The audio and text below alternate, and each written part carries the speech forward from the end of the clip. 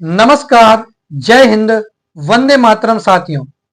आज मैं आपसे कुछ ऐसी गलतियों के बारे में बात करने वाला हूं जो हमसे प्रायः कर एमपी वर्ग 1, 2, 3 के पात्रता परीक्षा अथवा चयन परीक्षा का फॉर्म भरते समय हो जाती हैं और आगे जाकर के ये गलतियां हमारी चयन के ऊपर भारी पड़ती हैं।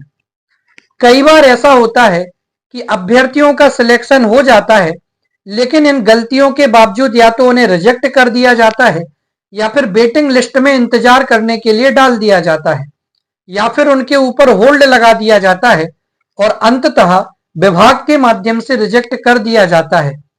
तो यदि आप अगली बार से एमपी वर्ग 1, 2 अथवा 3 का फॉर्म भरते हैं तो आपको इन सावधानियों को रखना चाहिए और इन गलतियों को करने से बचना चाहिए। एक एक करके बात करते हैं। सबसे पहली गलती होती है आपकी फॉर्म भरते समय, वो है कि आप गलत कैटेगरी का सिलेक्शन कर देते हैं। जैसे आपके पास में एससी, एसटी, ओबीसी इनका प्रमाण पत्र है, इनका जाति प्रमाण पत्र है, उसके बावजूद भी आप सबसे बड़ी गलती करते हैं जो इस बार भी परीक्षा में देखने को मिली। जैसे जो अभ्यर्थी एससी कैटेगरी का है उसने जल्दीबाजी में एसटी कैटेगरी लगा दी। एसटी कैटेगरी के अभ्यर्थी ने एससी कैटेगरी पर टिक कर दिया और इसके चलते उनको आगे जाकर के समस्या हो जाती है। समस्या क्यों खड़ी होती है? क्योंकि आप जानते हैं कि पूरी मेरिट तैयार होती है और मेरिट आपकी कैटेगरी के हिसाब से तैयार होती है।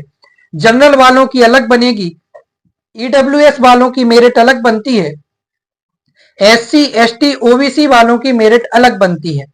लेकिन विद्यार्थियों के माध्यम से जब कैटेगरी का सिलेक्शन गलत हो गया और उनके पास आगे जाकर के वो जाति प्रमाण पत्र नहीं मिला तो उनको इस प्रक्रिया से बाहर कर दिया जाता है या फिर उनको अगली वेटिंग लिस्ट में डाल दिया जाता है कि अब अगर वेटिंग लिस्ट में आपका नाम जनरल से आता है, आपके नंबर जनरल से ज्यादा होते हैं तो आपका सिलेक्शन तब होगा और ऐसे में चलते हुए अभ्यर्थी प्रक्रिया से बाहर हो जाते हैं।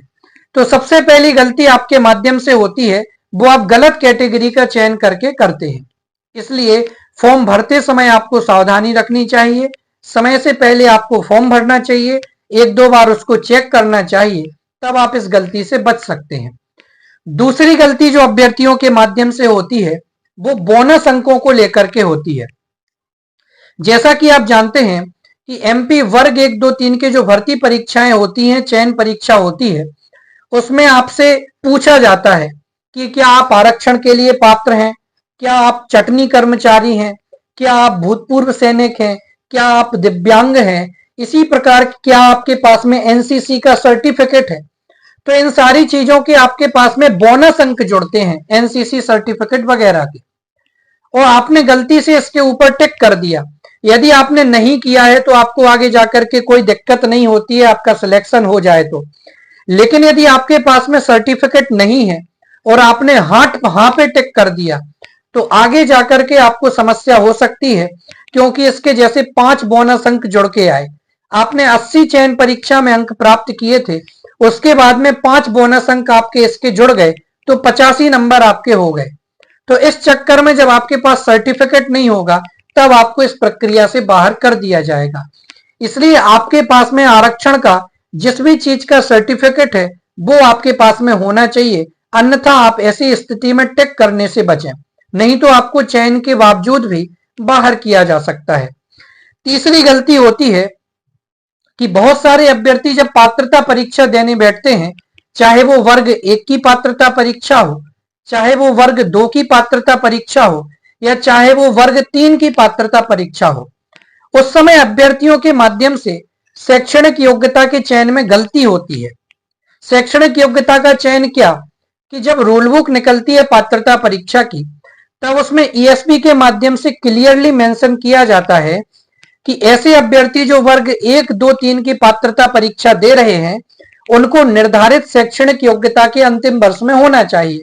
यानी आप एमए के लास्ट ईयर में हैं, आप बीएड के लास्ट ईयर में हैं या फिर आप डीएड वगैरह के लास्ट ईयर में हैं तो आप इस फॉर्म को भर सकते हैं।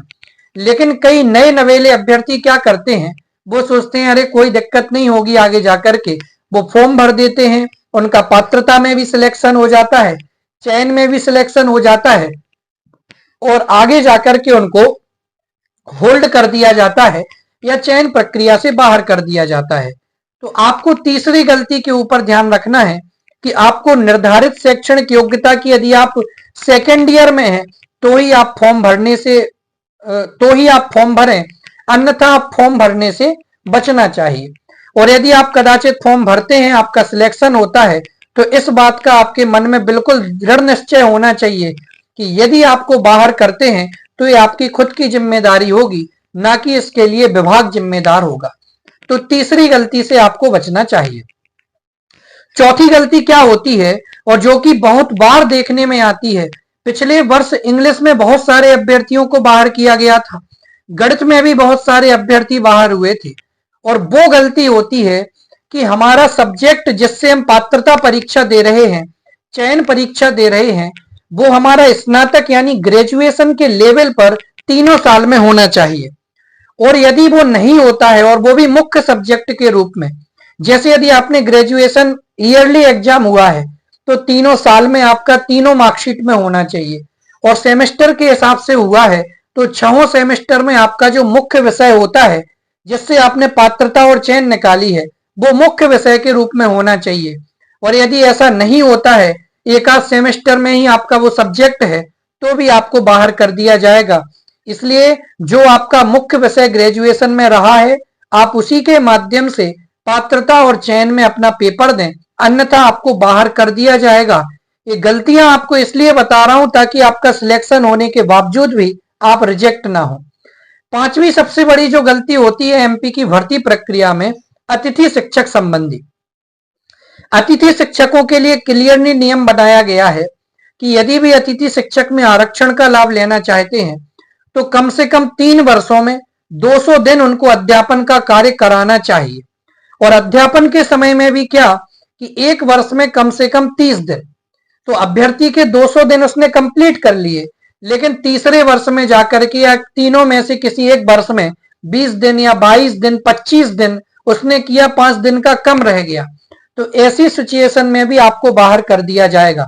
इससे बेहतर है कि आप पढ़ाई ज्यादा कर लें, मेहनत ज्यादा कर लें और थोड़े से अच्छे नंबर लाएं और नॉन गेस्ट में ही आपका सिलेक्शन हो जाए। लेकिन ऐसा नहीं, यदि आपका 30 दिन की जगह 29 दिन है या 200 दिन की जगह आपके 198 दिन है, तो भी आपको इस प्रक्रिया से बाहर कर सकते हैं। इसलिए इस बात का आपको ध्यान रखना चाहिए। इसके अलावा अतिथि शिक्षकों में एक चीज को लेकर के और समस्या आती है कि जिस समय वो अतिथि शिक्षक में अध्यापन करा रहे थे उसी समय उनकी बीएड वगैरह भी रेगुलर थी, तो इस गलती के चलते भी आपको बाहर किया जा सकता है। यदि आपकी वो बीएड वगैरह आपकी किसी उसी संबंधित ग्राम वगैरह से है तो आपको संभवतः कोई दिक्कत नहीं होगी, एक बार आप नियम भी पढ़ लें। लेकिन यदि आपकी बीएड वगैरह रेगुलर चल रही है और आपने अतिथि शिक्षक वगैरह का काम किया है तो आपको दिक्कत हो सकती है। इसलिए आप इस चीज को बिल्कुल बाकायदा मान करके चलिए कि ये गलतियां आपके माध्यम से नहीं होनी चाहिए। ठीक है ना? चलिए, बहुत बहुत धन्यवाद। आप इन गलतियों से बचें, ऐसी उम्मीद करता हूं।